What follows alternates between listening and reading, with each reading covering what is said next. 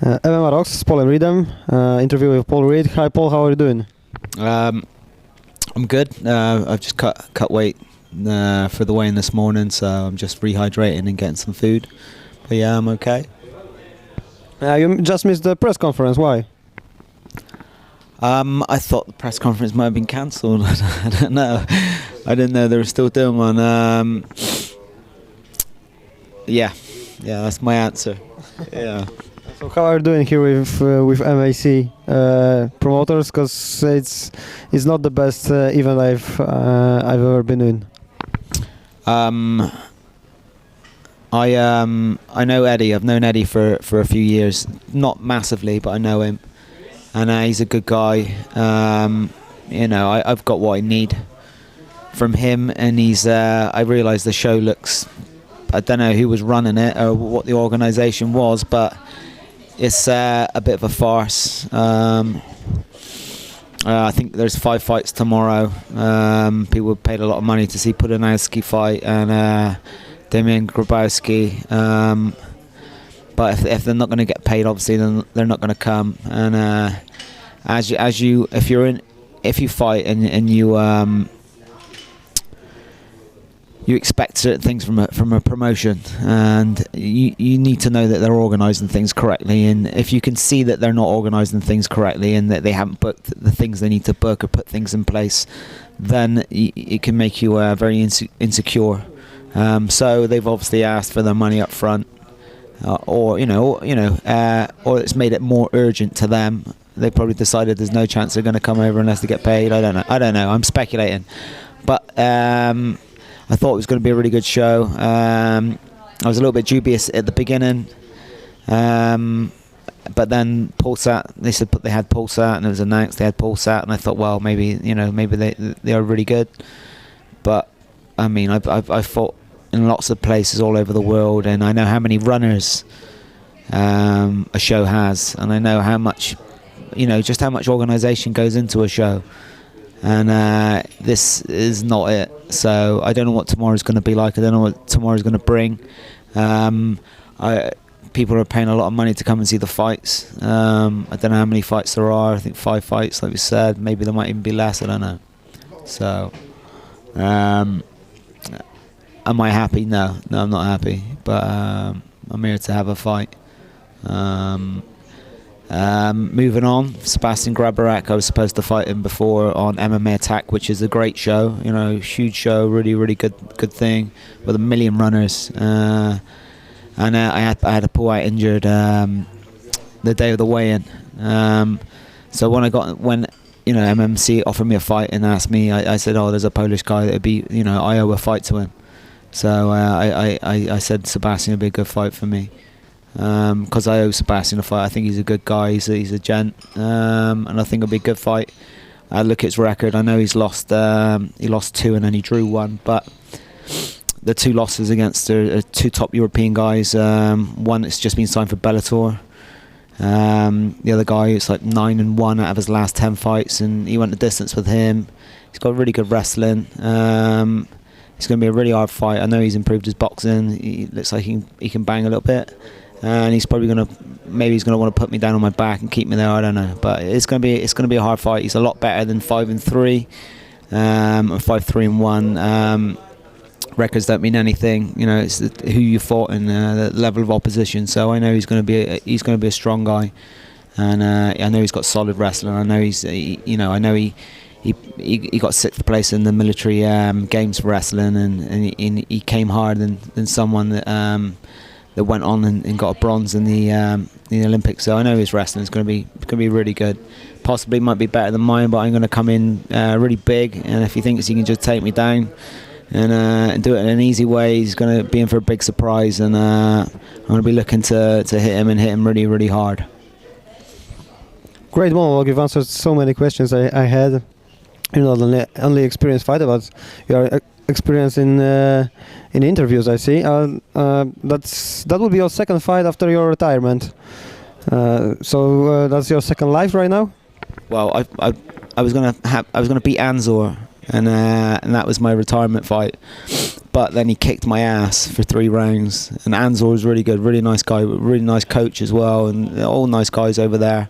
And so I would have been happy to quit on that, but then I had a few teammates fighting on a show in the south of England, a really nice little show, but really well run. And they offered me a fight which was pretty straightforward. And my daughter was coming down with me. She's Maya.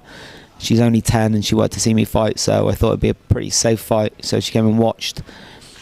And then I got offered a fight with someone else. I took it. It was a great fight. And then there's so many things wrong with the promotion that I didn't do it in the end. They asked me to pay my own flights, so I was fit. So I wanted another fight to as a payoff for all the training I'd done. So this is my last one. This is done. After this, I'm not fighting anymore. Last one, definitely. Last one. Yeah, 100%. I'm pretty tired of fighting now. I've got a million and one other things I need to be getting on with, and things I want to do.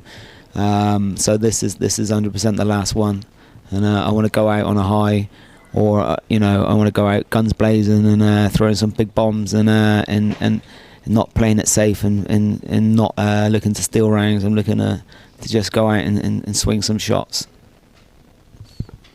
How the things are going at the Olympians? You've got plenty of guys there, so let's go from the heaviest one. How's James going? I saw his tweets. I think that he's the one that's really like to see Puds in London, because he said that he's going to heckle the Pudzian here in London. So how is James doing? James is a character. He's a really nice guy, very laid back. He's a real gentleman. James is just, he's just such a nice guy. But obviously he wants to fight with Puds, and he beat him twice already. Regardless of what the judges at KSW said, he beat him twice already, and it's a good fight. And I mean, Puds, he should be embarrassed by getting beat by James and then getting gifted a decision by James. So he should be embarrassed into a fight, but it seems he's not. They want to play it safe. So James was going to come down and call him out again. And James is pretty good at talking. Give him a microphone, or he'll snatch a microphone out of your hand. And he's a good guy. And yeah, so James wants to fight with Puds. I think it'll be a great fight. So maybe it'll happen.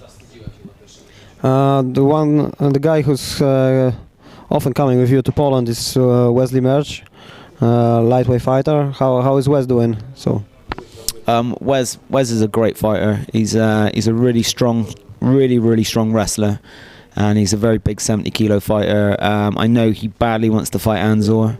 He wants to fight KSW, and he wants to fight on a big show in Poland. I mean, KSW is the biggest show in Europe, bar none. A lot of shows say they're the biggest show, but you only have to go to the shows to fight. You can see, and KSW is huge. MMA Attack is also massive. So, if we can get Wes matched with one of these Polish guys at 70 kilos, I think Wes will make a big impression. And he's also a reality TV star over in England for being on a show called. It's a dating show. I can't remember what it's called now, but yeah. So he does some TV and stuff. I know that your bird isn't the biggest one in Olympians right now. I saw Greg Scrap picture that he's got a massive bird, but he's in Australia, as far as I know. So are you still in touch? Yeah, he's out in Oz now. He's retired from MMA, but yeah, he had a huge beard. I think we've all had turns of having big beards, so this is a nice one. So I'm going to keep it. I had it because I was going to fight in Finland, and I wanted a big Viking beard, and then the fight was cancelled, and then so I just kept it growing until I had my fight. So I got a big beard. Yeah, you should fight Ninimaki at cage 20. Why it was cancelled? It was all lined up, and then they asked me to buy my own flights to the show a week before the fight, and obviously I don't pay my own flights when you fight, especially if you get invited onto a big show overseas to fight their top guy, then they have to look after you. You can't buy your own flights. They buy your flights, and they pay for your hotel.